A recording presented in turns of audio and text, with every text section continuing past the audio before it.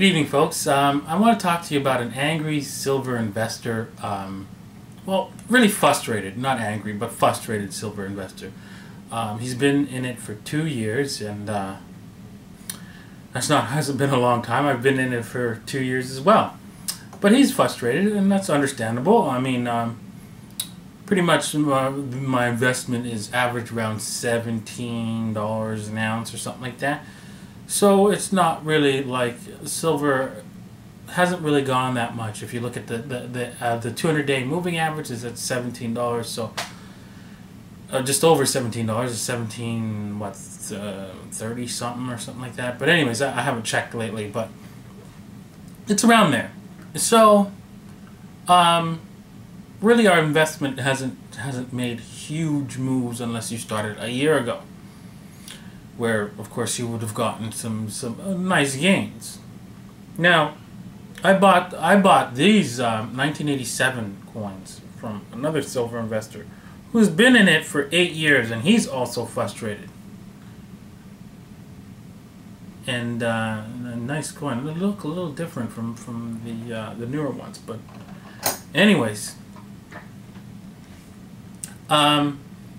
And he just wants to know, when's it gonna happen? When's it gonna happen?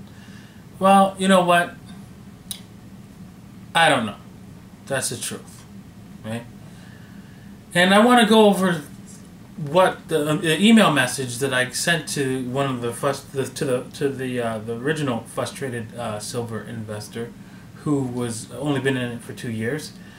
He was complaining about, issues like not knowing the above ground supply, and not knowing if 1,000 ounce bars are more rare than the 1 ounce bars and stuff like that. So he was asking a lot of minor questions, and my confidence in silver is absolute. And I'm gonna go over some of the things I said in the message back to him. My conviction is 100%. Even if there's no silver manipulation, even if the supply was not dwindled down to what it is now, even if all the silver on the planet was still around, in bullion form somewhere, I would still be buying it today. Why? Because paper money in your life is absolute. You're going to die eventually. Same with paper money. Right? So the only fact that's left to answer is when. And the truth is, I don't know when you're going to die. Right? I don't think anybody else does. No, either. But what we can do is estimate your life expectancy. And your life expectancy is anywhere from 70 to 80 years old. So let's do the same with the currency. Since it has a 100% death rate, like a human being, it has a life expectancy. And it turns out the oldest paper currency, 100% fiat, not half and half, 100% fiat, is 40 years. So, don't need to tell you how long the dollar's been 100% fiat. So let's just say I was transported from 1910. And he knew nothing about what was going on, right? Let's just say I knew nothing, right? I would still say that because of the 100% failure rate, and list off all the examples like the Continental, banks that have issued the paper money themselves, they've all gone to zero. So this makes no difference what you've done today. It's going to zero eventually, right? It's going to die because it's an absolute. There is no, well, we're humans and we're smart. We know how to control things. Yeah, right. Okay. Now, just based on the facts that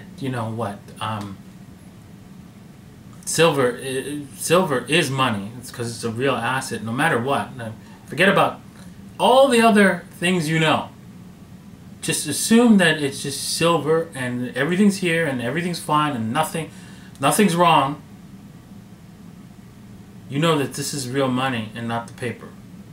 Now, and I'd be buying it even if everything was perfect, the world was perfect, based on what I understand on our monetary system, right? And you're like, well, wait a minute, if the world was perfect, the currency would still be around. Okay. Well, here's why it's not going to be perfect. Let's list off some of the issues that has been going on. First off, the money's created out of debt. Right? So every time somebody goes into debt, it gets created. Turns out that 1 in 7 can't pay their mortgage. Right? That's record, obviously. And by the way, the average is 1 in 768.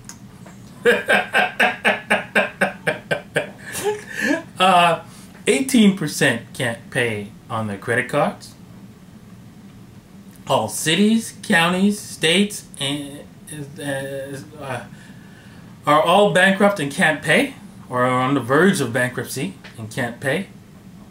Heck, our company has gotten several checks that we can't cash. There's from your municipalities and states.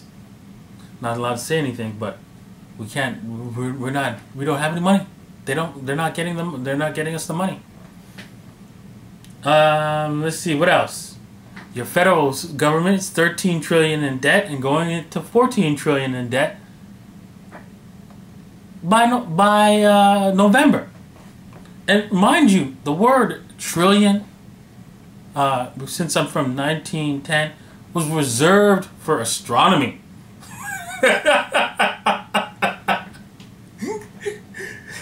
Oh, Lord.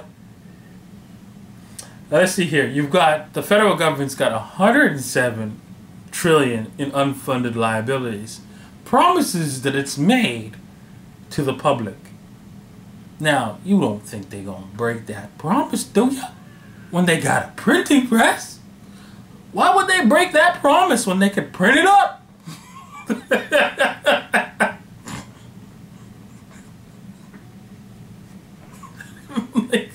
It's a joke. Oh my God. And then let's just keep in mind, I'm from 1910, where there's 12 billion ounces of silver. Now let's just take a look at what's going on with the silver market now. Hold on, silver is manipulated down for the last 50 years, and it's now, the debate is over. It's now a fact. Even the silver haters, the ones that used to bash Ted Butler, they've gone silent and are now buying it. and you want to trade that? Oh, you're good. Oh my gosh. Then on top of that, right? Because of the manipulation, all the silver, the 12 billion ounces, has been used up and was not even recycled, and now there's only anywhere from, estimates range from 300 million ounces above ground to 1 billion.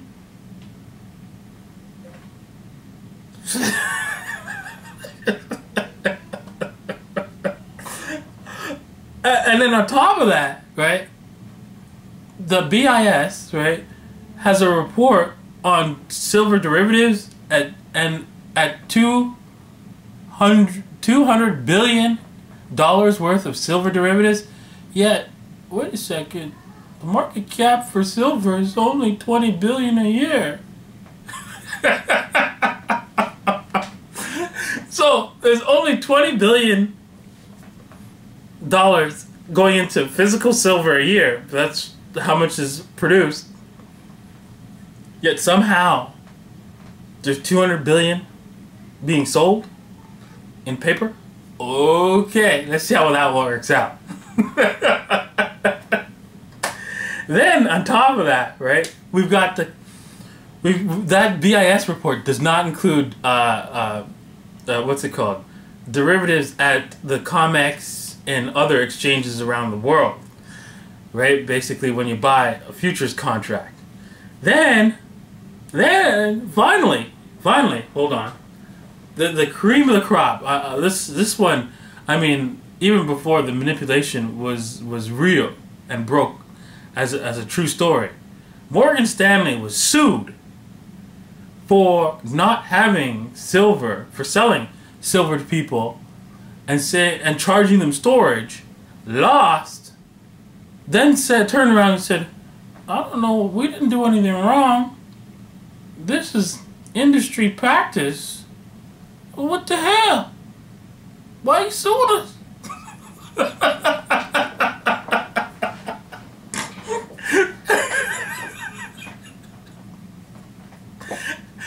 And you think that silver is not going to $1,000 an ounce? And you have concerns? Dude, there's nothing more I can say if you still have concerns. And cut. Here you go. You're joking, right? What's this? Your payment. I don't think so. This is what I'm looking for.